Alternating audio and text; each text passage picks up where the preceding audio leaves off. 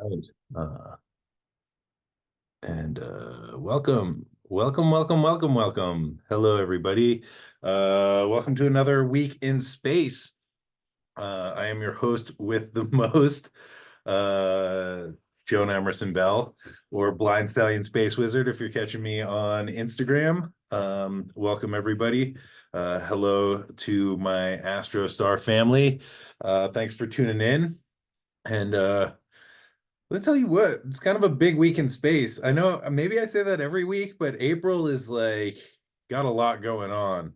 April just is the month that doesn't quit. We had the eclipse, and then we got the Mercury in Gatorade, and then we are getting the what some might describe as the biggest transit of 2024, and that's going down on April the 20th, which is Jupiter and Uranus conjunct in Taurus. And uh, uh, yeah, we'll be looking at that a little later in the program. There's a couple of things that I want to get to first, and then kind of like setting the stage, building the context, kind of unpacking it. I feel like we're still kind of unpacking what's been going on with the eclipse energy. And I think that actually like leads into the moment of revelation, if you will, not in a biblical sense, but maybe in a more like aha type of way, that the Jupiter Uranus conjunction can bring.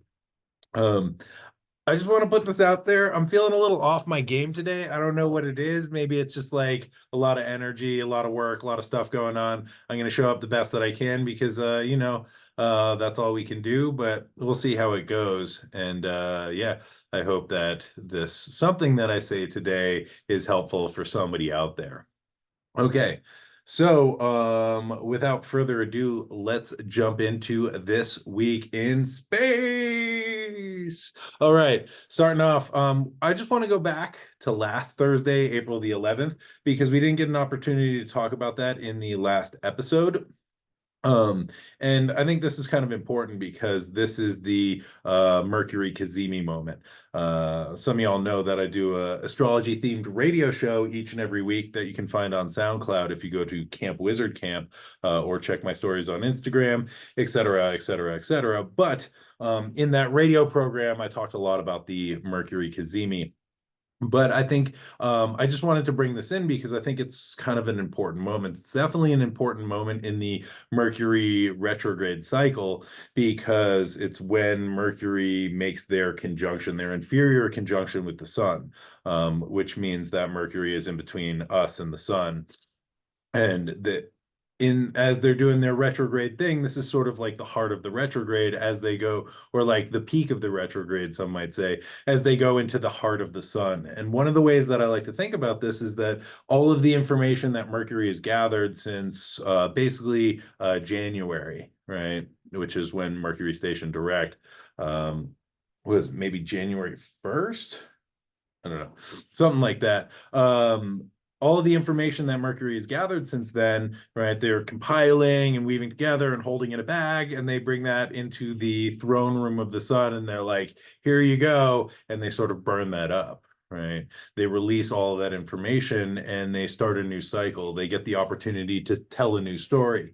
And I think in the retrograde, we talk about like confusion and miscommunication and all of these like schisms and frustration, which I think is a really big piece of this, especially Mercury's retrograde through Aries. Um, and when they go in Cartia, right, into the heart of the sun, into this Kazemi moment, there tends to be this moment of like clarity, right? A little bit of light shines through into all of the confusion and frustration, where it's like, oh, maybe that's what it's about, right? Maybe this is the old story that's unwinding, and oh, maybe this is a different story that I can tell. And so I think that this Kazemi moment on the 11th might have like brought some clarity, might have brought some understanding. And also it's not necessarily like light bulb turns on and we're like, oh, got it, that's what it is. And I think that is an important thing to consider throughout this week as we are moving into the Jupiter Uranus conjunction, which also has a lot to do with kind of insight, sudden inspiration, right? But also a conjunction is a seed being planted. And when we plant a seed, we're like, good job, I did that, right? But we don't get the thing that's growing, right? That takes a little longer to manifest, to develop, to take roots, to break through the surface. And so, we might have this moment of like, oh, that's interesting, or, huh, I see now, right? But that doesn't necessarily manifest into direct action, right? It just might be this like illuminated moment, this like little bit of clarity that we get that helps to contextualize not just the Mercury retrograde, but also what was going on with the eclipse, right? Because I think with that eclipse moment, we have the moon passing in front of the sun, right? And so it takes away that kind of all-encompassing knowing, right? The ego identity of the sun that's like, this is what it is, this is what everything looks like, and that all goes away, and space is revealed, and the kind of multiplicity of everything comes through for a moment, which can be really overwhelming, right? Because what that does is brings in when we thought there was just one thing, one way, right, one idea, then all of a sudden it becomes revealed that, whoa, there's actually a lot more out there. And again, I think this is pretty on brand for the Jupiter Uranus thing, but this is kind of setting the stage, setting the table, if you will. And so as we get this like multiplicity moment in the eclipse, and we're like, whoa, actually, maybe it's different. Maybe I thought it was one way, but it could be a different way.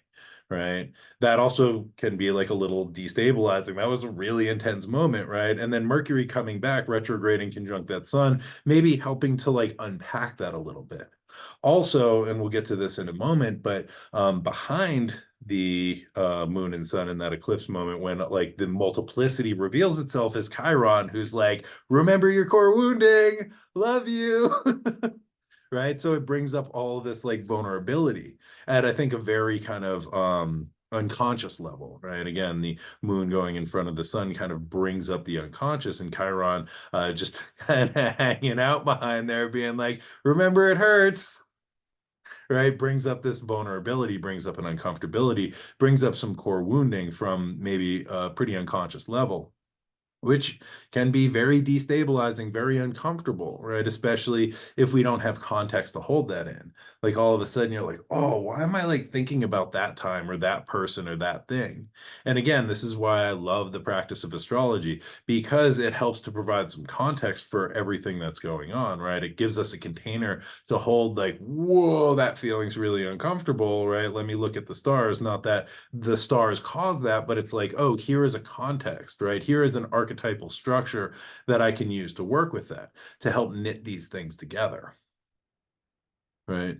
And so one of the things that I think about with this Mercury retrograde and also like Mercury conjunct the sun in this Cazimi moment is the alchemical process of calcination. And calcination is generally how the alchemists start the great work, which typically begins in Aries season, which is basically like taking the material, the prima materia, the prime matter, the matter. What is the matter, right? The problem, and burning it to a crisp. Right? You're like, oh, what is this problem? Let me just burn this to a crisp and see what's left, right?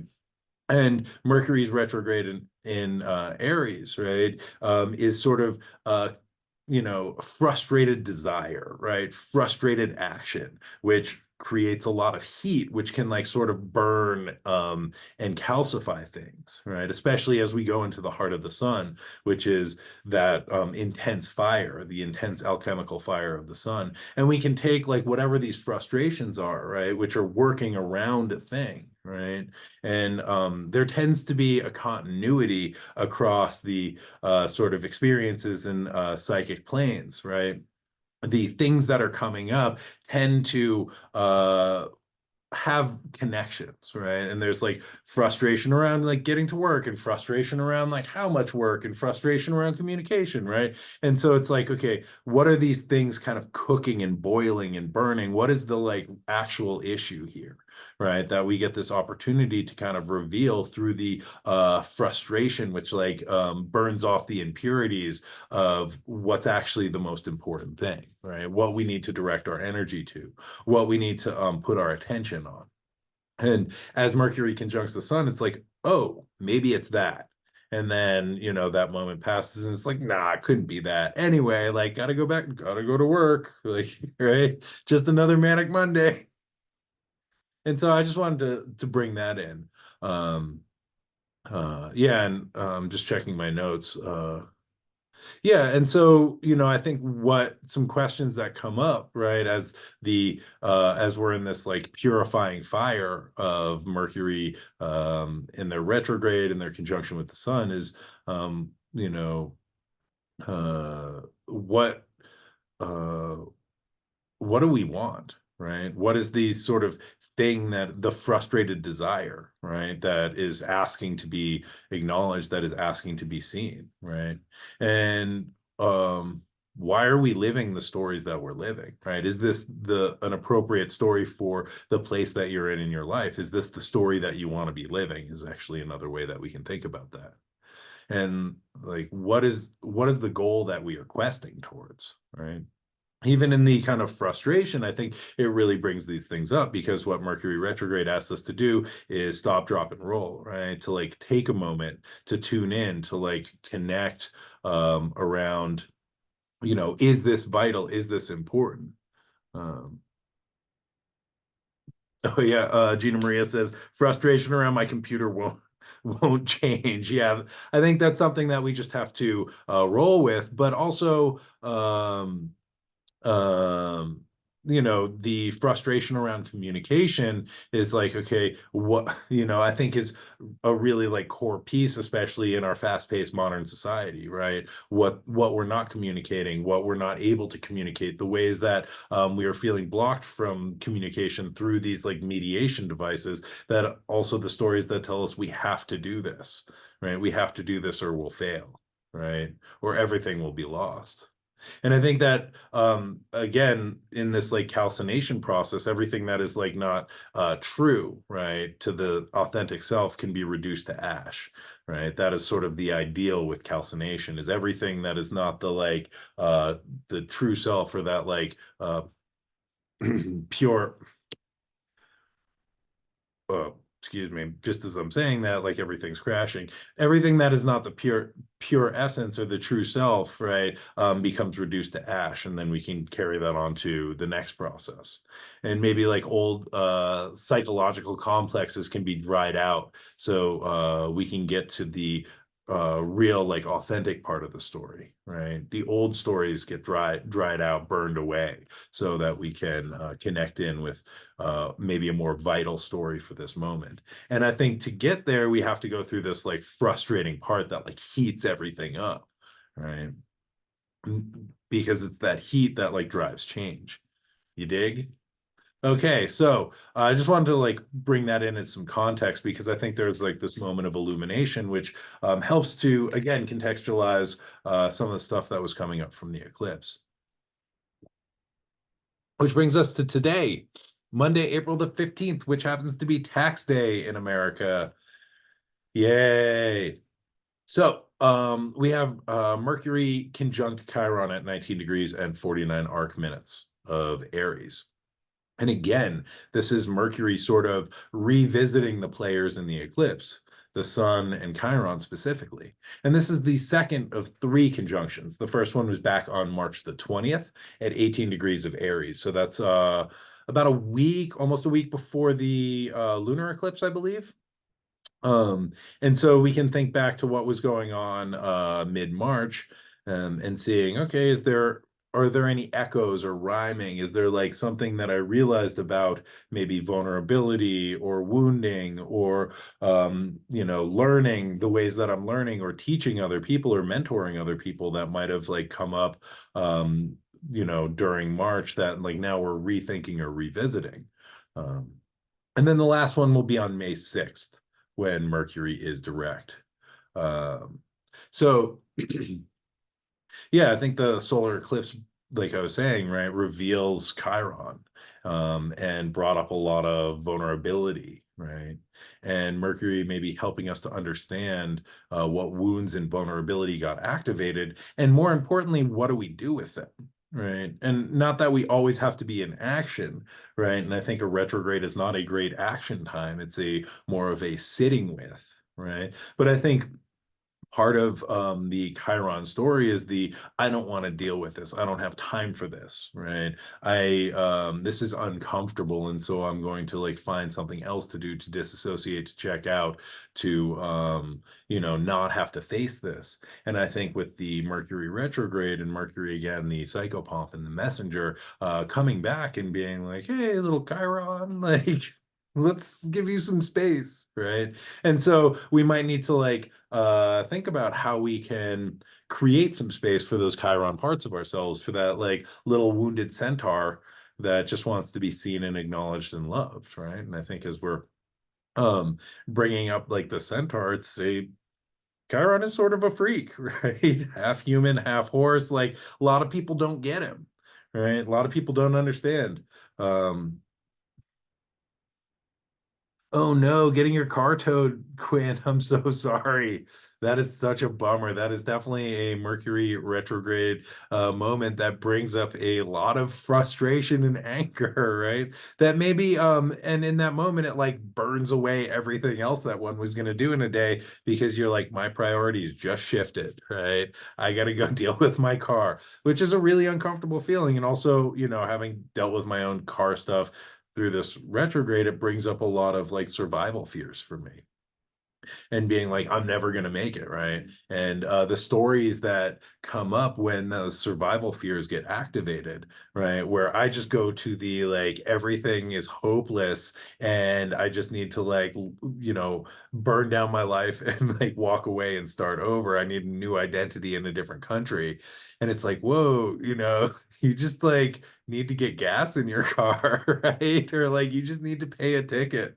But that like I think that's one of the cognitive distortions, if you will, that I come across, is like when that wounded part gets activated, I just go to the extreme, right? And being able to retrograde our way back into like what is actually happening here can be really helpful. But that takes some slowing down, and it also takes being with that like really uncomfortable part that's like, I don't want to be here, like I can't deal with this, and from like an inner child perspective, like these, one way that we can think about this is that like wounded part that has these survival fears, it can be like a really young part of ourselves that we get the opportunity to tune into, instead of letting them drive the bus, right? We get the opportunity to tune into them and be like, oh, little you, little Chiron guy, I'm so sorry that you're having such a difficult time in this moment. Let's get you a snack, call somebody who likes you, and kind of helping to build stability for these parts that when that wound gets activated, it just goes into fight or flight, right? Or freeze or fawn, or these survival responses, or just goes into suffering and is like, why me, nothing ever, and again, I think all of this really gets kicked up by this eclipse. And so now, as Mercury retrogrades today into contact with that Chiron part, we get the opportunity to sort of open up a story with that part, and we get kind of conscious contact with that core wounding energy, that we don't really always have access to, probably, and that generally we're not trying to access because it's uncomfortable.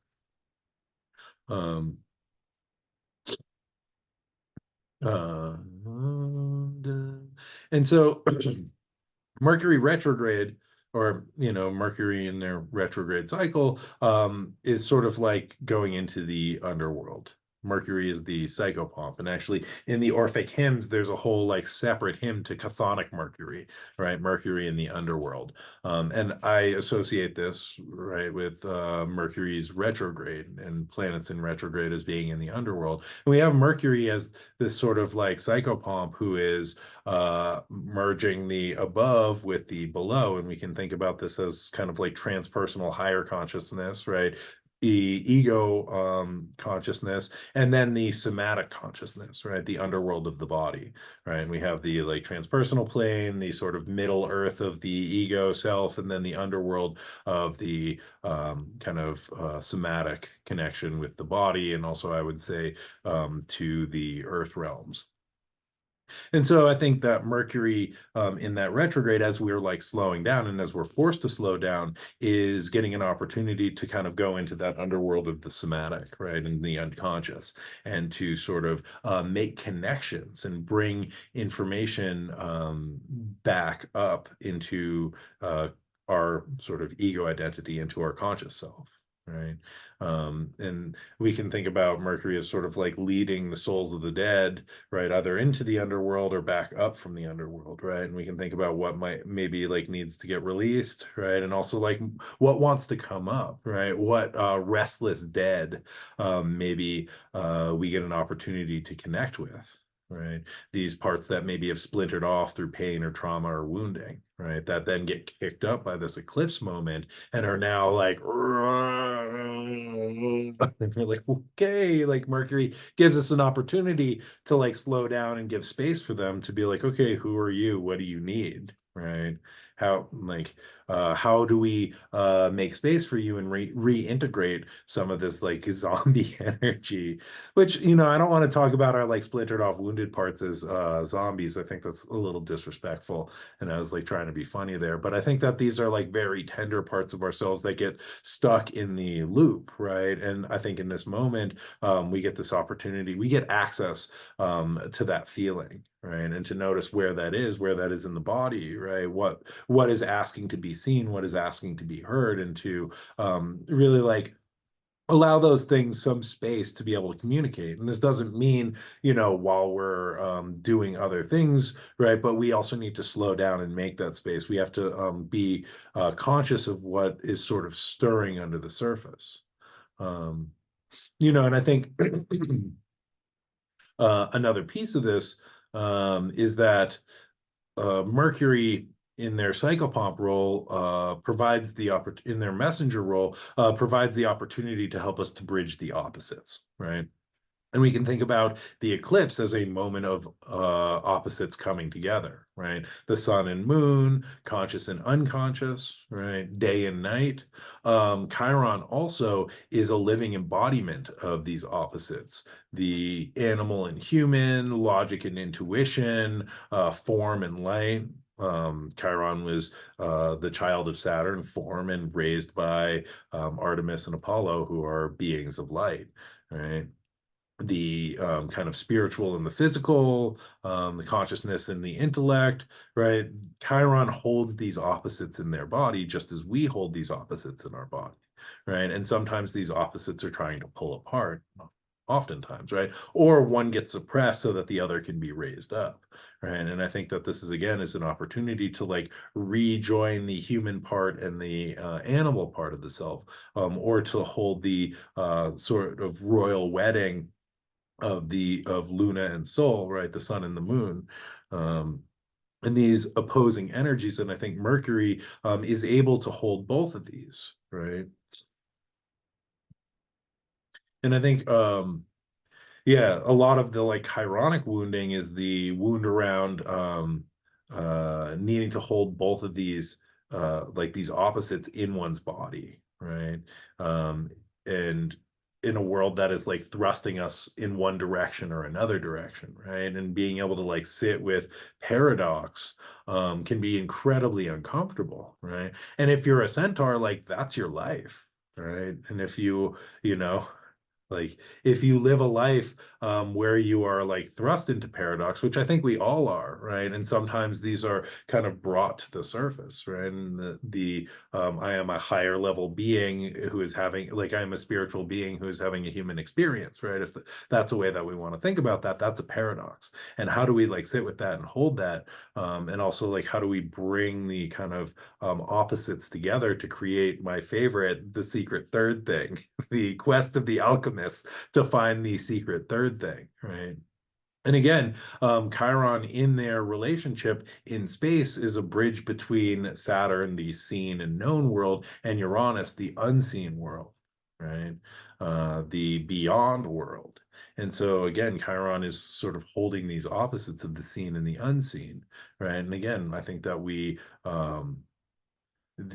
hold all of these, right, in ourselves, the inside and the outside, the me and other, right, and learning to be with, to sit with. And again, I think Mercury coming back over this space and connecting in again with Chiron is maybe bringing up this tension of the opposites, and the places where we want to like scream and get away from it, and like you know asking ourselves, like, how can we hold these and see what, when we bring them closer together, what other thing can be developed, you know um, yeah. So and one just last way that I want to think about this, or we can think about this, um, is that as Mercury is sort of the guide, right, who's bringing these things into consciousness, maybe this like turmoil or turbulence that gets kicked up and is really connected in with some core wounding, right, around like not belonging or people telling us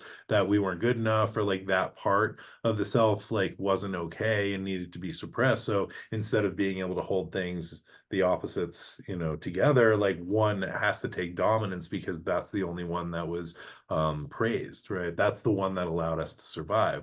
But that other one that gets suppressed, right? The animal part that gets suppressed, maybe like, that doesn't go away, right? That needs a voice, and probably asks to be seen in all of these really complicated and sometimes destabilizing ways, right? Destabilizing ways.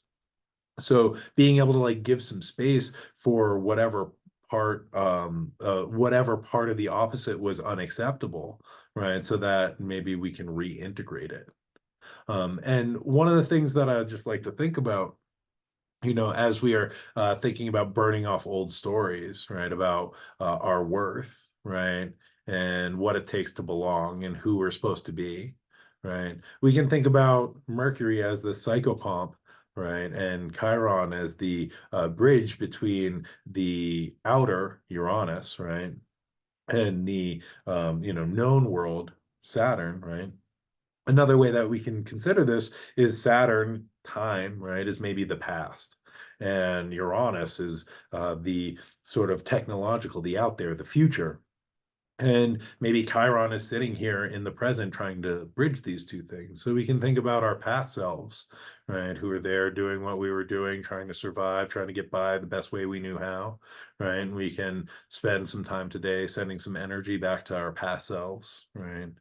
Who are maybe in a jam in a tight place, and we can send some energy back to them being like, yo, I've made it through, right? I got you. I know it was really difficult, I know it was really challenging, but you get through this, right? I got through this and I can help you, right? And I like to believe that our past, present, and future selves are existing simultaneously in the quantum field, and sending that energy back to help that past part of ourselves to get through whatever obstacle that we're already on the other side of. Just as our future self, right, is down the road, having already gotten their car out of the impound, having already paid their taxes, having already completed their graduate program, or this art show, or this event, or this whatever, that thing that feels looming. Our future self, that Uranian part, is on the other side of that, and they can send energy back to us in our present state, helping to pull us along through whatever trouble, whatever obstacle, whatever insurmountable mountain we are facing. And in this way, we can sort of Chiron, the self as Chiron in the present moment can kind of bridge these, right? And I like to think about just sort of an energetic line that is pulling us towards our future, right?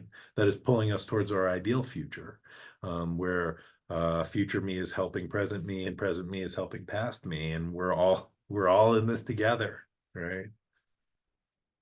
So that's something that I can offer for today as a way of considering the kind of Chiron relationship to time, to the animal and human, and also to the mercurial element that is helping us to restory based on the what is bubbling up from the depths of Chiron's cave, and the ways that we can turn this sort of wounding into support, into resource, and into medicine.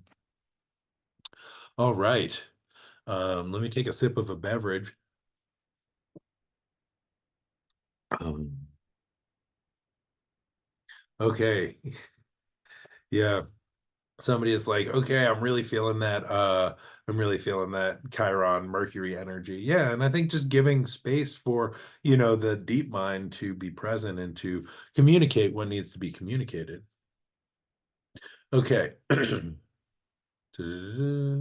Okay. So Um, the most of the week is chill until we get to Friday, and then it just starts popping off. So we get on Friday the 19th, we get Mercury retrograde conjunct Venus at 17 degrees and 33 arc minutes. So I think Mercury is just like moving through Aries, just like seeing everybody being like, "What's up? What's up? What's up?" Right? How's this eclipse going for you? How's this eclipse season going? What's going on? Right? And they're helping everybody kind of rethink and reimagine their process. Um, um, and again, like with Mercury as this alchemical agent who is helping unite the opposites, right? We have Venus in detriment in the Mars ruled sign of Aries. And so this might be rethinking the ways that Venus can resource themselves in the sign of their detriment.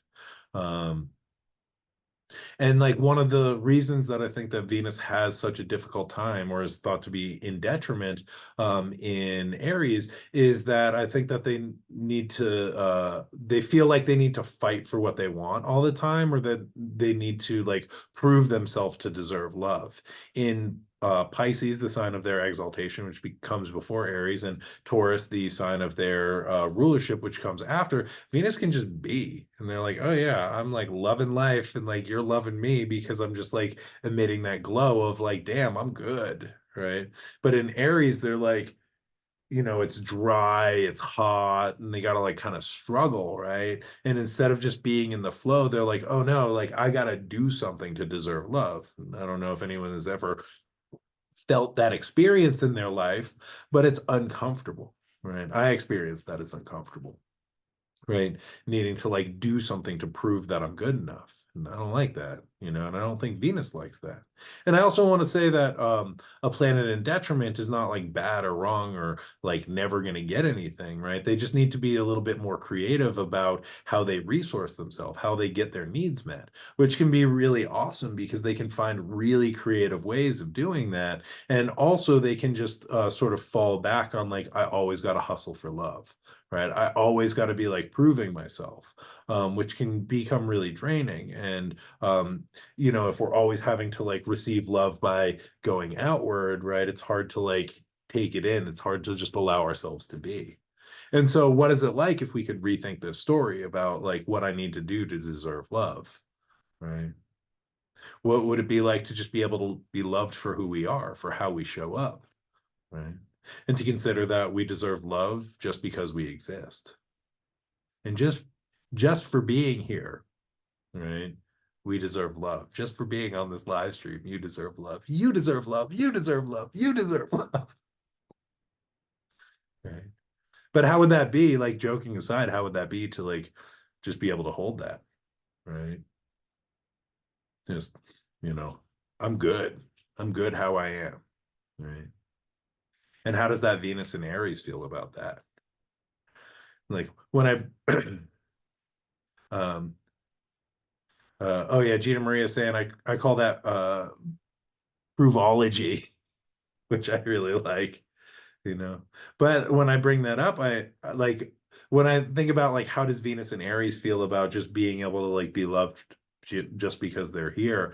I sense this like, oh no, right? This like resistance to that, and that's okay, you know. But I think that holding the space, right, or Mercury coming through and being like, let's think like, what if we thought about this in a different way? What would that be like? You know, maybe can open up a little spaciousness for a new story to come in, for a new story to be initiated. So, also Friday, April the 19th, we have the sun entering into Taurus. So this is a fixed Earth sign ruled by Venus, hopefully reminding us to slow down, to keep it simple as much as we can, and to feel into the sensuality and enjoyment of life wherever we can, right? And um, also, I think that this is important because the Jupiter Uranus conjunction is happening in Taurus, right? And so we have the sun moving into that sign, maybe like bringing a little bit more emphasis, a little bit more light, maybe bringing Venusian and Taurian themes into the spotlight a little bit more, as if they weren't highlighted already by this Jupiter Uranus conjunction going down there. But I just wanted to like introduce that. I think we'll talk about Taurus season a little bit more next week, because we still got a lot of ground to cover and not so much time to do it in. Okay. Also, Friday, April the 19th, we have Mars in Pisces sextile Jupiter and Uranus at 21 degrees of Taurus. I believe Mars sextiles Jupiter in the morning and then perfects the sextile to Uranus in the evening. And so this is the day before the conjunction. And this is an interesting moment, right? Because this is sort of like as both of these planets are coming into conjunction, Mars is being like, yo, I see you, and lending a little bit of a Martian flavor to this, martial flavor to this, right? And what is a martial flavor if not like some action, some activity, right? Little little rage, right? Little frustration, little desire, little fire, you know, and I have a sense that this is like a oomph, right? An activation. Um, and a sextile is a communicative aspect. It is a benefic aspect, right? It's a and the weakest of the aspects. So it's not like a ton of martial energy. And I think that Mars is also chilled out by being in Pisces, ideally, right? And on its best day, I think that Mars in Pisces can be a spiritual warrior. On the maybe not greatest day, it can be like a fanatic, right? It can also be pretty lazy because Pisces is a little draining for that martial energy, right? Mars wants like to go after the thing, and Pisces is like, well, everything is kind of a thing, so what's the point, bro? Um, but I think that one of the ways that I'm considering this is that I think it can be like an increase of energy and maybe even nervous energy because Uranus is connected with the nervous system and is a big player in this transit, right? Um, and this might feel like an increase of energy that is looking for an outlet, like kind of we're building up to this moment, and maybe like Mars is somebody who's like being like, come on, do it. Right. And it's like maybe increasing the tension of this pretty big moment that's happening, or pushing it towards the event. And I also want to say that as I say the event, like this event has been unfolding, right? I think that they were within 3 degrees in March. I would put it back to like when the eclipse started, and also this maybe contextualizes the frenetic energy and like the kind of chaos of this eclipse season. Is that I think it's also like in the background we have Jupiter and Uranus coming together, which is bringing up a lot of like energy, right? And I don't even know what type of energy that is because I don't think that we have awareness until after, until we have perspective, until we have some distance. But this is the energy of change, right? The energy of revolution, the energy of breakthrough. This is like a very excited energy, right? And I think Mars, as a one of Mars's roles is as an activator, right? It's a trigger. And I think in the sextile, it's maybe like activating some of the deeper parts of the Uranus and Jupiter archetype, right? And it might be like pushing things forward. Um, and so, as we are moving towards the end of the week, just pay attention to your nervous system, right? Notice if you're feeling nervous, right? Notice if you're feeling like the other shoe's gonna drop or like something's big is around the corner, right? Because this is like that's how I imagine this to show up, at least in myself. And I think I already like feel that bubbling, right? Like a sense of restlessness, right?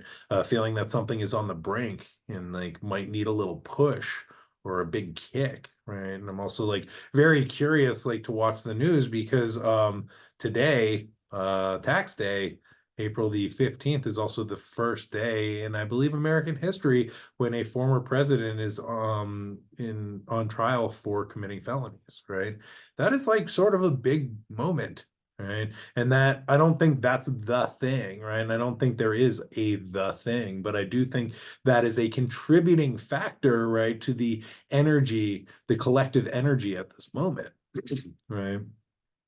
And so I think that there's also like some martial feelings, right, that might be coming up with all of this.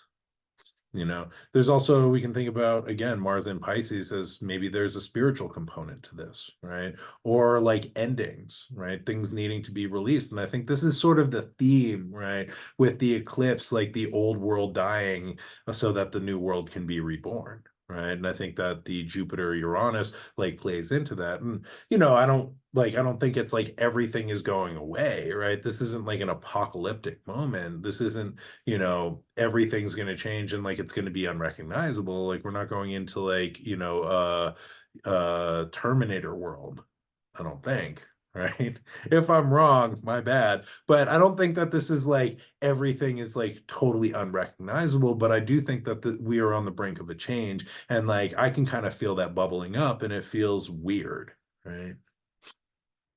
um yeah, and one of the things that to also consider, right, is like what in ourselves might be needing to be released so that like we can create more space for what is new to come through.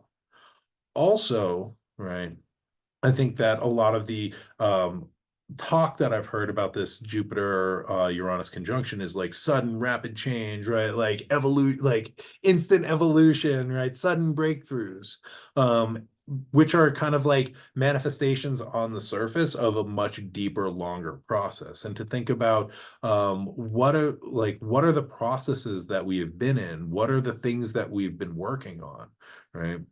What is like everything that has happened under the surface that is bringing us to this moment, right? What are the ways in which we have created the conditions for inspiration to arise, right? Yeah, yeah, like the hidden things, right, that are happening under the surface and bubbling to give the space for transformation to occur, right? And we don't necessarily know what that transformation is going to look like. The caterpillar has no idea of what a butterfly is, right? And if a butterfly comes up and is like, yo, like I was you, 6 months ago, the caterpillar would be like, shut the front door, right? That's bananas, right? But like, how do we create those conditions, right, to go into that chrysalis, to go into that cocoon, to allow the self to change, right? And we've been working on it, right? And we've all been doing whatever we've been doing that has brought us to this moment, and this has like created the conditions for change to arise, for inspiration to arise, and to just really think about, what is the work, what have you been working towards, right? And what are the ways that we can give space for this activation to occur, right? Because you can't abstract from nothing, and like you can't like things don't happen if, like, in a magical context, right? You can't do magic from nothing, right? If you don't have like the energy to like put into something to like make a thing occur, you can't be like, I want it, right? And it happens. You have to like do the work. You have to have the sort of like chain of correspondences set up so that like what you are working towards, what you are casting a spell about, becomes activated. Right. And so to think about what have we been working towards, and just leaving that space for the mystical, the magical, the secret third thing, right? The stuff to do its part, right? To activate whatever can come through with this Uranus Jupiter conjunction, which is happening on Saturday, April the 20th, 420, bro. 21 degrees, 50 arc minutes of the fixed Earth sign of Taurus. And so, first off, 420 has a lot of connotations, right? April 20th, it is the weed smoking day because of the 420s. I believe that comes from police code. Correct me if I'm wrong, for marijuana smoking in progress. But so it is a national day of, right, revolution, freedom, at least when I was growing up before weed was legal, right? But a day of resistance where people are like, I'm going to smoke hella weed. Um, but we also have maybe the shadow side where it's Hitler's birthday and is also the anniversary of the Columbine shooting, right? Which are also like Uranian disruptive things in a more kind of in a darker way. Right. So there's like first off, there's a very charged and contradictory energy on this day. Um, and so I just wanted to bring that in because this is also the day of the Jupiter Uranus conjunction. And I don't think Jupiter and Uranus has anything to do with 420 as a day, right? But I think that we have a cultural context for that. And I think that, yeah, it is a day where like, a lot of people have a lot of feelings about a lot of things, which maybe like just adds a little fuel to the fire. Um, so the Jupiter Uranus conjunction happens about every 14 years. And one of the best sort of places for um, research or reading about this is in Rick Tarnas's masterpiece Cosmos and Psyche, which is basically the transits of the outer planets through history.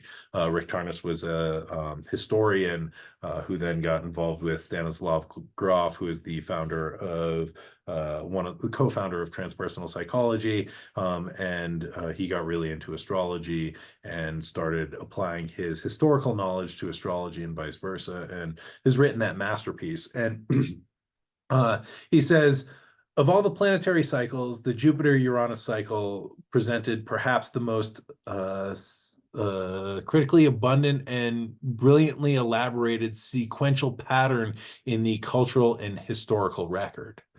And so they're like, one of the ways that he talks about it is in the larger cycles of Uranus Pluto, Uranus Neptune, Neptune Pluto. The Uranus Jupiter tends to like activate, right? It tends to be like a crest of a wave in these larger cycles where sort of the zeitgeist or the spirit of the times becomes shifted or activated.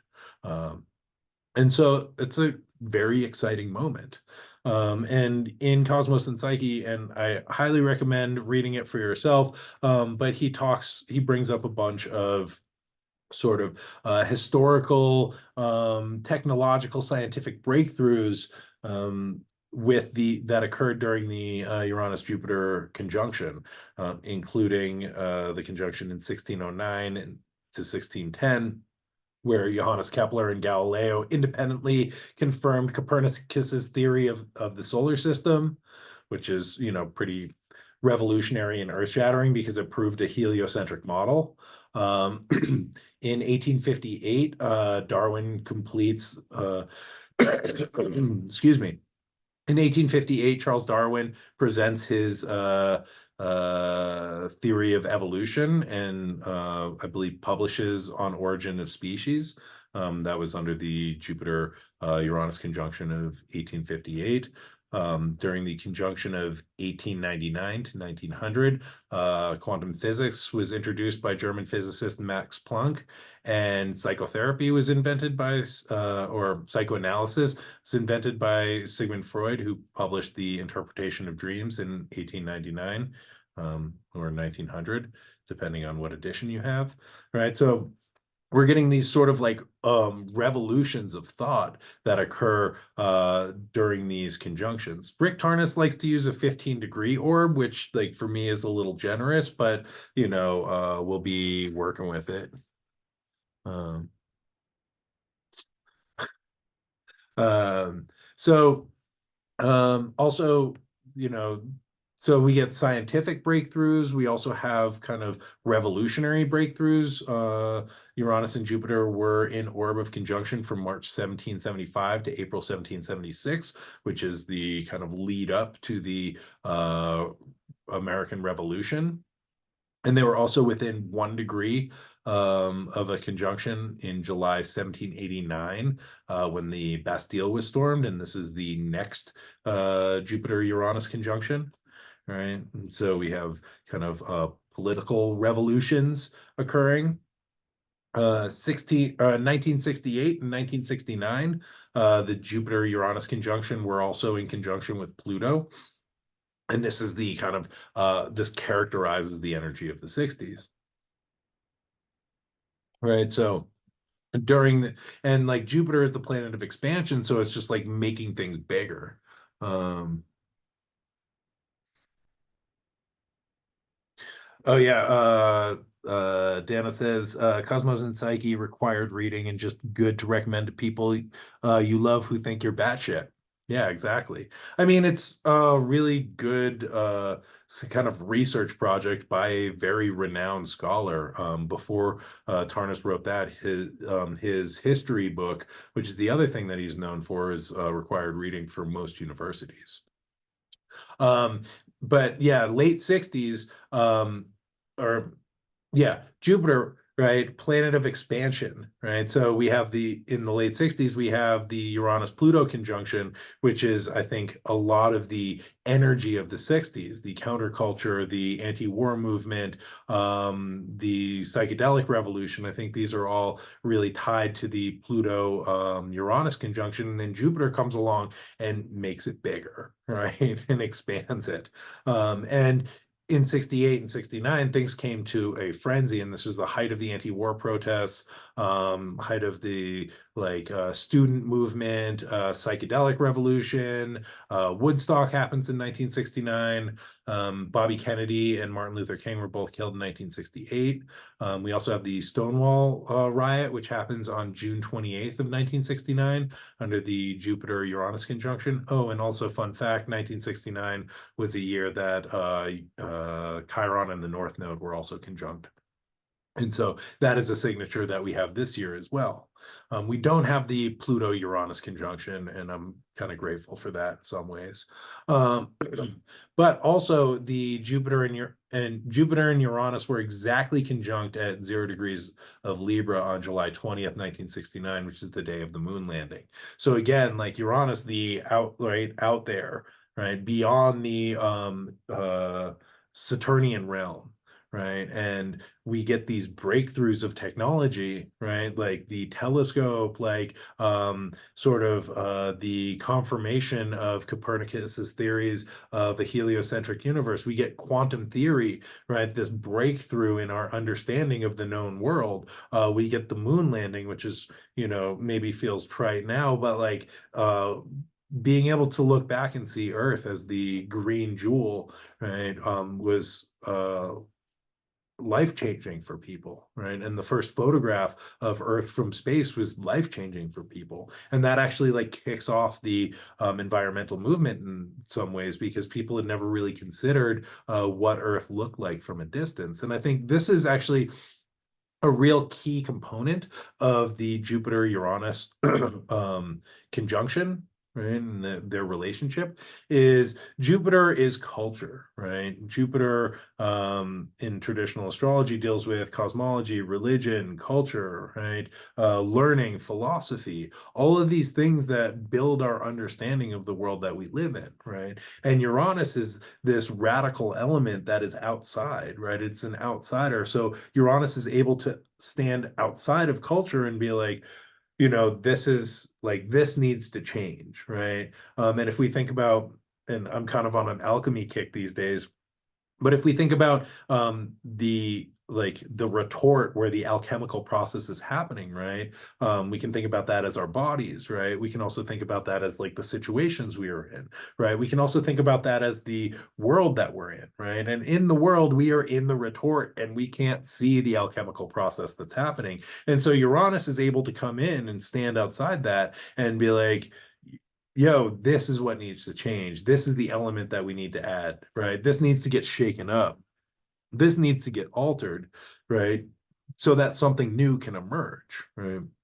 And I think it's really important to consider that we don't know what we don't know. And Uranus is this outsider who has that perspective and that ability to introduce new elements, to shake up culture, to shake up philosophy, to shake up understanding, to introduce new wisdom, to bring in, what is needed in the system to shift its perspective and to shake it up and create change. Just a couple other fun facts. Um, During the conjunction in 1955, Rebel Without a Cause was released, the James Dean film, and also Allen Ginsberg writes Howl. Ferlinghetti starts the City Lights poetry series. Jack Kerouac publishes excerpts from On the Road in New World Writing under the title of Jazz of the Beat Generation. And William Burroughs begins working on Naked Lunch in a heroin-induced A's in Tangiers, and this gives birth to the Beat Generation, which I feel an affinity with. And so again, we have like the Beat Generation, a reaction to the maybe Saturnian structures of the 50s, 40s, and 50s in the sort of post-war era, and bringing in like a new perspective, a new life, right? And so those are just a couple of points from time, right? And ooh, wow, that went quick. Okay, I'm gonna just bring in a couple of ideas of what this can look like, and I really urge you not to listen to me at all, but to feel into this, right? But I think that the Jupiter-Uranus energy liberates and frees. Uranus is the planet of breakdown and breakthrough, right? It is that moment of insight, and again, thinking about what are the ways that we can create the conditions for inspiration to arise. And perhaps we've been doing that for a while, and to think back, what have I been doing and what am I working towards? And like, what type of breakthrough, like, what might that breakthrough look like? Because we can think about like, the 60s, the quantum revolution, the Copernican theory, right? All of these sort of big external revolutions, right? There's also we are a microcosm, right? We are the retort that is a microcosm of the bigger alchemical retort that we are living in, right? And these revolutions can happen in us as well, right? And to just give space to them, and the places where we want to suppress, right? Where we're like, no, I can't do that, right? Who would I be if I was that, right? What would it be if like matter was just energy? Like that's crazy. We can't do that. And I think it's really easy to be like, oh, I want change out there, right? I want like freedom and liberation. But in here, we're like, no, because it's familiar, right? Change is difficult, change is hard. And so how do we like give space for the change to occur in ourselves as well? On the shadow side, there can be inflation, and this is like economic inflation, but also ego inflation, hubris, kind of like manic enthusiasm. And I think the Mars sextile might kind of influence that a little bit, right? So like thinking about how we can stay grounded. And one of the ways that I think about in a kind of archetypal psychological sense, both Jupiter and Uranus are connected with this idea of like the puer aeternus, the eternal youth, right? And this comes from Liz Green's writing on this.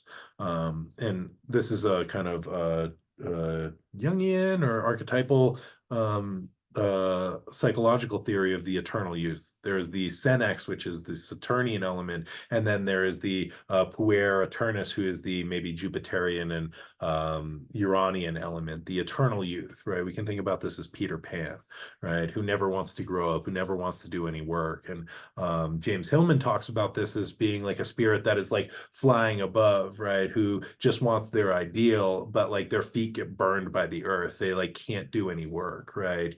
And they can't make anything real because as soon as they start doing work, they like that spirit is lost. And so I think one of the things that we consider is like, how do we make a space for the puer aeternus to like be able to come in? Right, to come down to earth, to like create a container to hold that like vital youthful energy that wants change, that wants freedom, that wants liberation, right, that wants joy, right? And how do we like create a context where like that work can happen and that can be real and not just stay in the imaginal realm or keep us from making choices or dedicating ourselves or being in like able to fulfill these desires, right? Because when they're unfulfilled, it becomes really painful, and we're just like unable to choose, unable to commit, are stuck in kind of a limbo space of like, I want what I want, and I'm not willing to do what it takes to get it. And so to really think about how we can like welcome that eternal youth spirit into this moment, into the spirit of the time, right? And also to hold a container where that work can get done to be able to activate it, because there can be a sense I want what I want whenever I want it, right? And like this is going to be great, and I'm going to like take the substance or like run this program, and it's going to fix everything. And I don't think that's actually accurate. I think that leads actually to sadness and failure later on. I think that we need the merging of the kind of senex and the puer, right? The holding of the opposites, the ability to like dream big, right? And to follow that passion, and also to do the work that it takes to make that a reality. And so Jupiter is culture making, right? They're the big picture understanding of like, this is how the threads come together. This is how like everything that I've been doing like comes up to this moment. And like, this is how we have created our culture. This is how I have created my philosophy, right? This is our cosmology. Jupiter magnifies and supports, it expands and brings faith and optimism, right? And it can bring expansion of the revolutionary and transformational qualities of Uranus, right? And I think at the key of what's been going on astrologically and also culturally is the old way is no longer working. Right. Old conventions and forms have become stale and stagnant and are needing to be broken down and being to be reinvented. Right. And I think that the eclipse and that eclipse energy and also this Jupiter Uranus conjunction is really like making that evident. Right. So I'm about at time, but I just want to bring in one last thing, right? Something to maybe a note to end on. And I think this is maybe a key for me, that this conjunction is happening in the Venus ruled sign of Taurus, right? And I think what this is asking for is that we need a Venusian revolution, right? And I talked about this before, and maybe I'll keep talking about this. And I think one of the issues that we have in our modern world is there is a we have a lot of our problems are Venus problems, right? Lack of access to clean water, right? Beautiful spaces. We have bad lighting, right? Lack of access to green spaces. There is a lack of beauty. There is a lack of Venus in the world, right? And I think that the Jupiter Uranus conjunction hopefully kind of churns up the need for beauty, the need for Venus, the need for connection to the body, connection to sensuality, a connection to art and music. Right? This is why I've been like pumping the Cowboy Carter album, because I think that is an image of a Venusian revolution, right? Reconnection with nature, I think all of these Venusian themes are really important for the revolution that is needed, right? And if we think about Maslow's hierarchy of need, we can see that like, well, let me back up for a second. I think also Venus has a lot to say about what we value, and Taurus is about resources, but I think it's more about value, right? And I think what we have the opportunity for is a revolution in our collective value system. And I think what's important about this is now in Maslow's hierarchy of need, we have safety needs, right? Need to be established before we can have love and belonging. And I think one of the issues that we're facing is that our safety needs are constantly being kicked up because of how much we need to work to be able to survive, because of how expensive rent is, because of how expensive food is, right? The basics of food, shelter, right? Medicine, these sort of basic concepts are expensive and to many unattainable. And so instead of being able to focus our energy on self-actualization or self-esteem or love and belonging, we are in the trenches needing to support our survival needs, right? And so, and also, I think that this is kicked up by the rage machine of the media, right? Which is like constantly putting us into the limbic fight or flight or freeze system, thinking about all of the threats in the world, all the war, all the conflict, right? All of the people who might hurt us, right? And we're constantly like in this kind of limbic loop, right? Which makes it very difficult to kind of be in rest and digest or in a connective space, right? Where we can focus on the Venusian qualities of love and belonging.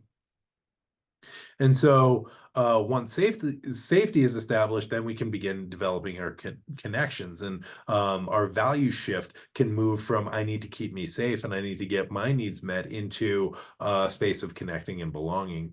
Right, and a space of connection with others, and this is not just other humans, but I think in a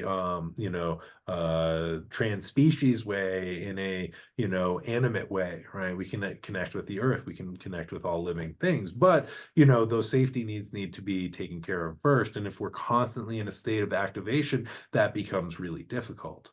And so with this Jupiter Uranus conjunction, what I would like to see, right, is this collective value shift towards connection, right, towards the Venusian, towards the Taurian, towards taking it slow, towards enjoyment, towards good music, right?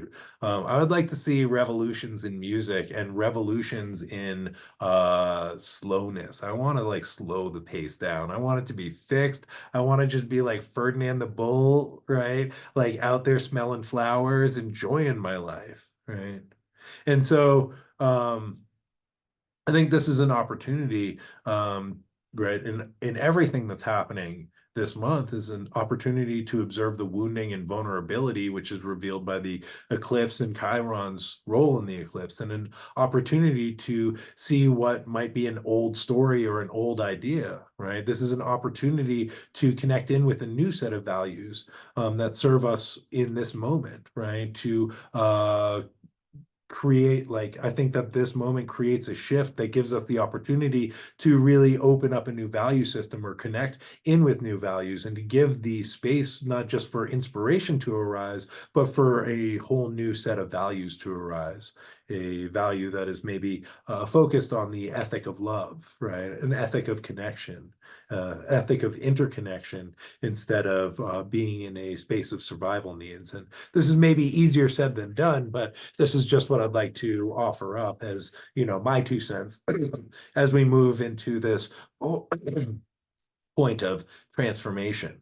And so with that, my friends, I will bid you adieu. But before I do, I just want to let everybody know, you should check out the AstroStar Live app if you want to. It is a great free app. You can find it wherever you get your apps at.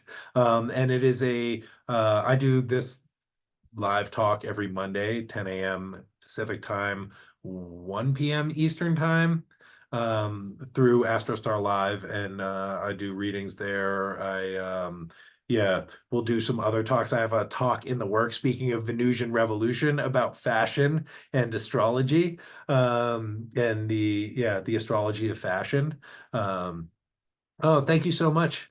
So yeah, there's also a bunch of great astrologers who are dropping some astro knowledge on the regular on the Astrostar Live app. So check it out. I got a link in my stories. You just hit that, and it'll bring you right there, and you can follow me. And for all y'all on YouTube, I will put a link in the show notes. Also, second announcement. I'm teaching a class with the brilliant Sara Janes. This class is going to be on dreaming and mythology. So a lot of the kind of like mythic stuff that I bring in, we're going to talk about in more extended context and think about how mythology relates to dream, right? Mythology is like maybe personal, or dream is personal mythology, and mythology is depersonalized dream. And thinking about how mythology and story and fairy tale hold a container and a context for the psyche, right? And how our individual experience of that, how dream is our like personal mythology, and the ways that we can work with that, and the ways that we can sort of seed our dreams, and also seed the collective dream, which I think is really vital at this moment. So that's going to be an 8-week class starting in May.